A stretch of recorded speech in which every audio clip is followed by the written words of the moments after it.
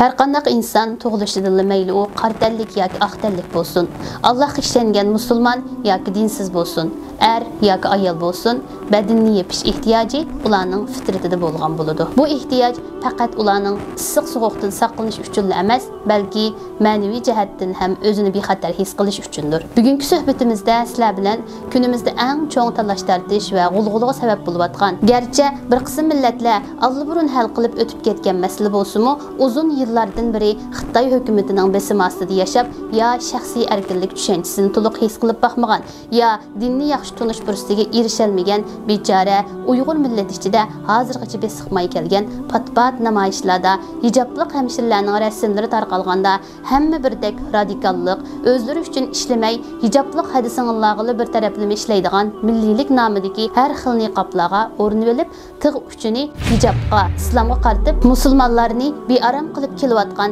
hijob haqida qisqacha to'xtalib o'taylik. Hijab arab tilidagi hajaba so'zidan kelgan bo'lib, yapmaq, to'smaq, yushurmaq degandek ma'nolarda kelmoqda.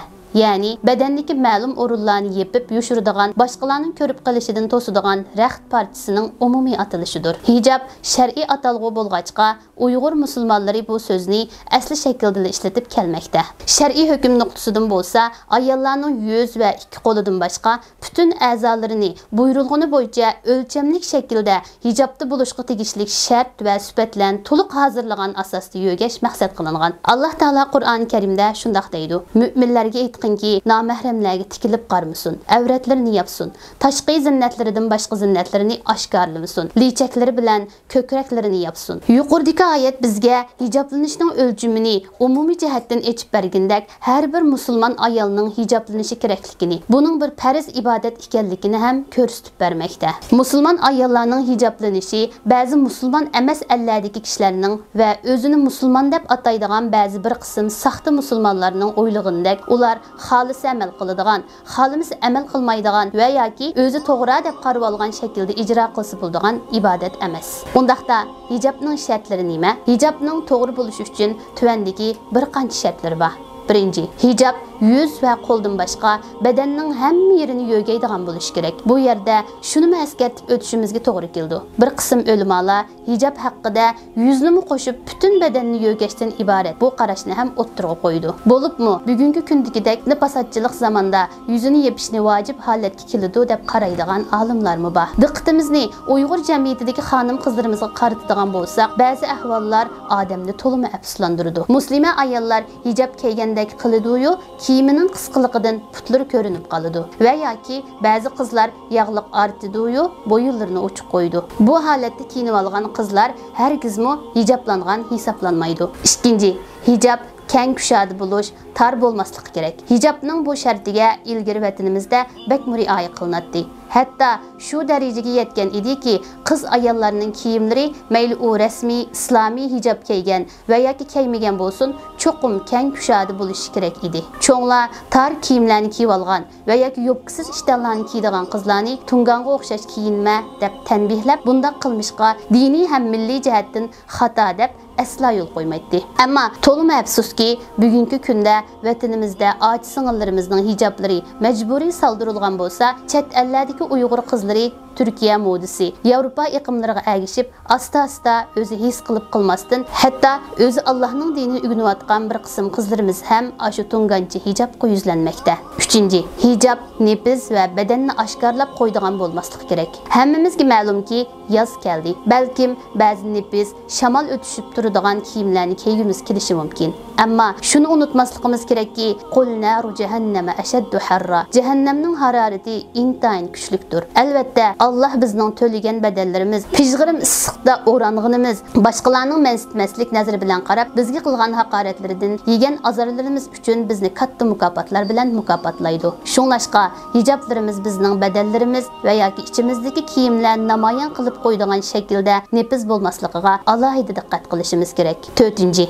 Ətir və xuşboy purmaslik kerak. Qız ayollar aslida dunyoning gulları hisoblanadi. Xushbiroq ishlatmagan holatdami boshqalarning diqqatini tortishdan saqlana olishi xeli mushkul. Uningga qo'shib xushbiroq atirlarni ishlatishi intayin xatarlik qilmish bo'ladi. Buning qanchalik qo'rqinchli gunoh ekanligini eslatib, payg'ambarimiz Muhammad sallallohu alayhi va sallam mundaq deydi: Qandaq bir ayol atir ishlatib sirtqa chiqib, atirning purqini boshqalar pursun deb mangdigan, bu ayol zina qilgan bo'ladi. Ya'ni bu shunchalik og'ir jinoyatki, zina qilganga o'xshash xatarlikdir. Ayollarning sirtqa chiqqanda atir ishlatishi haramdir. İslam bu orqali ayollarning har xil yomon g'arazli kishilarning ziyonkashlik qilishidan, har xil xiyim xatarlardan qo'g'dashni maqsad qilgan. 5. O'rinadigan sirtqi kiyimi boshqalarning diqqatini tortadigan kiyim bo'lmasligi lozim. Hijab uchun tanlanadigan kiyimlarning pasollariga qo'yiladigan shartlardan biri bo'lsa, boshqalarning diqqatini tortadigan bo'lmasligi. Ba'zida kiyimlarimizning pasoni dinsizlarning qadamma-qadam o'ttiriga qo'yayotgan planiga tushib qolishi mumkin.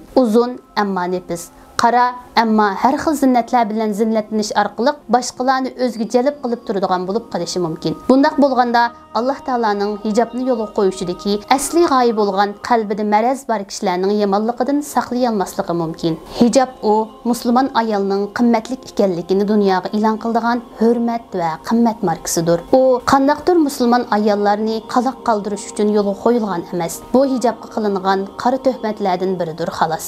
Agar hijob rostilla ularni ma'lum ijtimoiy faoliyatlardan, kunimizda deyilayotgan atalmış erkinlikdan, bilim elib ma'naviyatini yuksaltirib, o'zini taraqqiy qildirishdan cheklab qo'ydigan bo'lsa, Alloh taolo nima uchun musulmon ayollarning hijoblanishini farz qildi? Alloh taolo bandalar uchun eng yaxshi va eng to'g'ri bo'lganini xohlaydi. Suyimli hamshiram, amaliyotda ozroq o'ylansangizlar, hijoblanishning sizning manfaatingiz, qadr-qimmatingiz uchun o'ttirg'a chiqqan buyuk bir ne'mat ekanligini qilchi qiynalmasdan bilalaysiz. Hijoblanish orqali Alloh taolaning buyrug'ini bajo keltirish bilan birga o'zingizning va oilangizning izzat hurmatini va nom sharafini qo'g'dagan bo'lasiz. Hijoblanish na sizning ma'naviyatingizni yuksaltirib, o'zingizni taraqqiy qildirishingizga, na ijtimoiy faoliyatlarga aktivlik bilan qatnashib, o'zingizning jamiyatdagi rolingizni to'liq joriy qildirishingizga to'salg'u bo'la olmaydi. Balki hijoblanish orqali haqiqiy erkinlik va hurlikning ta'min etiy olasiz. O'z qadr-qimmatingizni qaytadan his qila olasiz. Alloh taolo bu go'zal ne'matni